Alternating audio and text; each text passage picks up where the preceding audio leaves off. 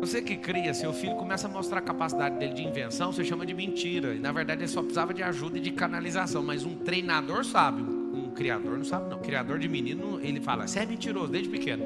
E o menino está com a capacidade inventiva, cena aberta, você vai e reprime, ele fecha. E guarda um bloqueio lá dentro, ele vai usar isso depois, vai sacar. Todo vilão da vida real ou de Hollywood, ele tem uma infância um pouquinho destruidora.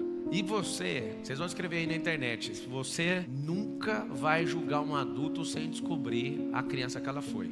Quem vai escrever? Tem alguém que veio com um caderno? Não, o perfil aqui não é de aluno meu, não, é de gente que veio ouvir de como resolver o problema em casa, né? Ninguém sabe nem um pedaço da conversa, nem a motivação, nem o que aconteceu, nem o final, e nem a lógica do negócio, mas todo mundo está pronto a julgar. O que a gente precisa fazer? Para julgar um adulto, eu preciso descobrir o que aconteceu com ele. Pablo, você é jurista aí, você acha que até com o Código Penal, até isso deveria ser levado em conta. E a gente precisava melhorar um pouquinho a lei para entender isso. A motivação da pessoa é preponderante no processo penal. O que motivou? Tanto é que se for por motivo fútil, tem um agravo, né? Tem um agravante na pena e aumenta a pena. Se a pessoa executa algo que é ilegal, né? Que é crime, e não tem motivo para aquilo, e se for fútil, ainda fica mais penoso ainda a condenação dela. Agora, mas o que é o gatilho disso? A gente poderia muito bem entender isso. Vou te falar por quê. Porque toda a resposta que o ser humano está dando hoje na fase adulta foi aquilo que foi instalado dentro dela quando ela era criança. Na hora que eu vou fazer o desbloqueio, quase 90% de todos os desbloqueios emocionais que a pessoa tem está entre os 8 e 10 anos de idade. A fase mais incrível para bloquear um cérebro. Até o cérebro é uma formação básica, cognitiva. E é a fase que vocês, pais, investiram muito pouco nos seus filhos. Um dia, tendo um mentor, que é o Daniel Goleman, tive com ele pessoalmente, aprendi algo com ele, eu vou replicar isso o resto da minha vida, que é a maior sabedoria que eu vejo sobre temporalidade no treinamento de filho. Eu vi ele fazendo isso aqui, eu mudei de vida nesse dia. Quando eu encontrei ele aqui em São Paulo, ele é um PhD de Harvard, segui, minha mente foi transformada ouvindo o Daniel Goleman e seguindo e estando com ele. Ele mostrou algo da vida dele, que eu vou sempre falar isso aqui para alguém que nunca me viu falando de treinamento de filho. Isso aqui é o plano cartesiano, isso aqui é a quantidade, isso aqui é o tempo. Seu filho nasce aqui no zero, né? Ele vai ter o crescimento dele na vida. Você não tem que acompanhar seu filho no crescimento dele. Você tem que aprender a fazer um X. Vai chegar um dia que você vai ter que desconectar do seu filho. É a sua primeira desconexão, ele ainda vai estar debaixo da sua governança na sua casa. Mas essa daí para frente nunca mais vai ter volta. Eu espero que nesse dia você tenha ensinado tudo para ele, tenha ajustado, treinado o psique dele, treinado as emoções dele, o amor próprio, a identidade, o propósito. Nesse dia, quando vocês se encontrarem, dê tchau pela última vez pro seu filho. Nunca mais ele vai voltar.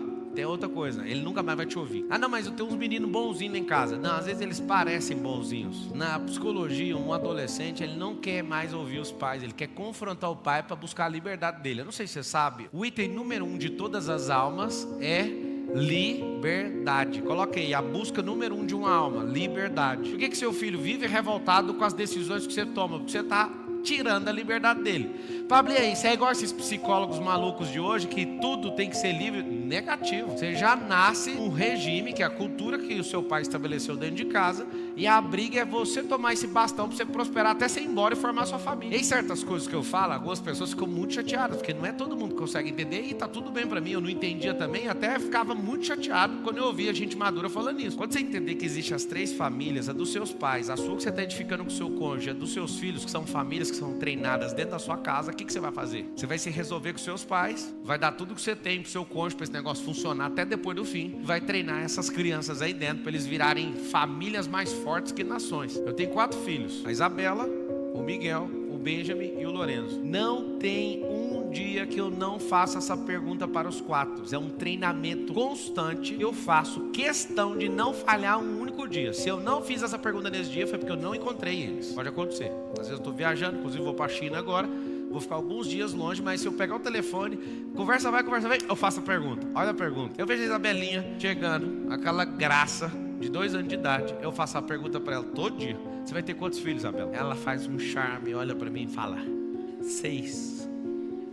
Aí eu falo: não fica me iludindo não, que eu tô acreditando. Ela ri. O Miguel já vem querendo pôr o terror. O Miguel tem 4. Ele fala 9. E aí nós estamos firmes no 9. O Lorenzo falou que só precisa de 5, já entendeu o jogo. E o Beijo falou que vai ter 5. Por que você faz isso? Porque essa geração foi enganada e vocês morrem de medo de ter filhos. Porque nessa geração ela é muito perigosa, sim ou não? É muito perigosa. Como é que eu vou pôr no mundo Num mundo tão perigoso, vou pôr uma pessoa, né? É porque é o seguinte, o mundo está tão perigoso e tão desgovernado porque pessoas boas como você pararam de se reproduzir. Eu não sei se você entende, o problema que te faz ter medo de colocar as crianças aqui na terra foi você que gerou. Sua avó não tinha medo, sua bisavó não tinha medo, mas você tem. Por quê? Porque isso faz parte de um treinamento cultural. Para quê? Vamos ter menos filhos. Alguém falou por aí, em alguns grandes órgãos governamentais, que nós precisamos diminuir a quantidade de pessoas da terra. Você já ouviu isso, sim ou não? Engraçado, quem criou a terra mandou foi encher e multiplicar. Mas quem odeia Deus manda um recado contrário. Não dá para entender isso? Não sei se você pega só com o mínimo de inteligência que você tem na sua cabeça. Ai, Pablo, eu não sou tão inteligente igual você. Eu estudei na escola pública. A maioria de vocês estuda na escola particular. A inteligência não vem da escola. 50% dela é genética, 40% dela é atividade intencional e 10% é circunstância. Talvez você veio de uma família que estava com problema de inteligência. Mas mesmo assim, dava para você dar uma recuperada nas suas atividades intencionais, no seu treino. Ah, mas meu pai não investiu em mim. Você tem quantos anos? 40. Você nem tem pai, irmão. Você tem um parente. Aprende isso.